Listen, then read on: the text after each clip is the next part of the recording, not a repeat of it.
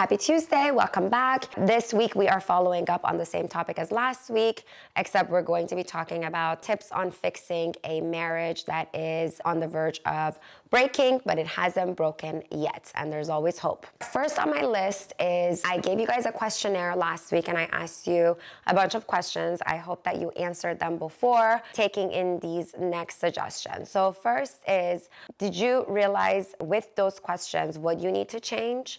Did you realize what the actual issues are in the marriage?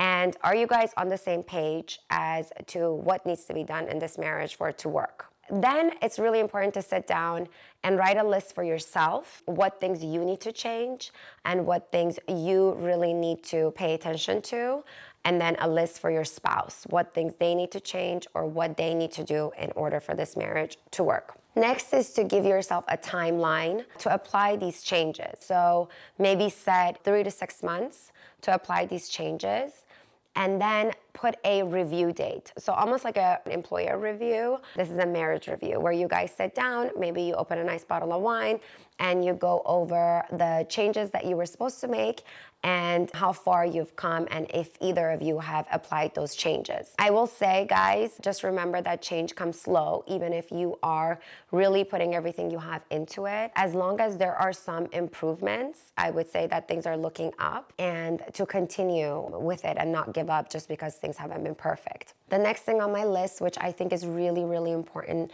is to go back to the foundation of the relationship and journal your favorite characteristics from your partner and have them do the same thing, and to remind yourself of those characteristics on a daily basis. So what is it that you originally loved about your husband? What is it that you originally loved about your wife? Next on my list is, what are the things that you used to enjoy together? What are some of the common hobbies that the two of you shared together?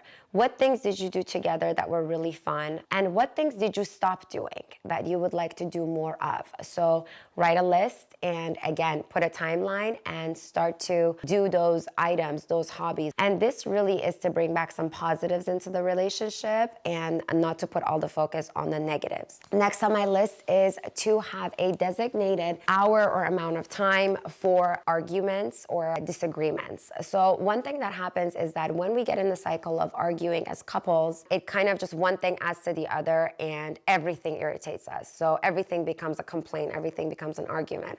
I mean, you can literally argue over a pen if you wanted to. So I really recommend putting a designated amount of time, an hour a week, and talking about things that most commonly bother you, not every little thing that bothers you. And I always say, pick your battles. You don't want to win every battle. You just want to win the ones that really matter to you. So this is a really good one for saving your relationship. 2 more on my list, and they're kind of out of order a little bit, is make sure you are sitting intently with your spouse to really hear them and understand what it is that is bothering them. Stop talking and start listening. What we do when we get defensive is we start kind of like blabbing on about our feelings. And a lot of times when our partner tells us something is bothering them, just as a child would, we start talking about what's bothering us. Even if we're not mad at that moment, or even if something is not bothering us, we all of a sudden feel like we need to come up with something too. That's really our defense mechanism.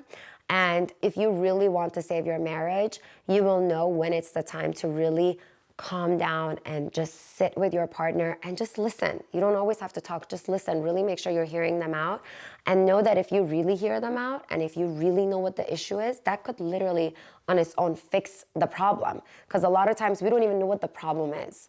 So really make sure you're listening intently. That concludes my How to Save Your Marriage. I hope this helps, and I will see you guys next Tuesday for a different topic. Thank you.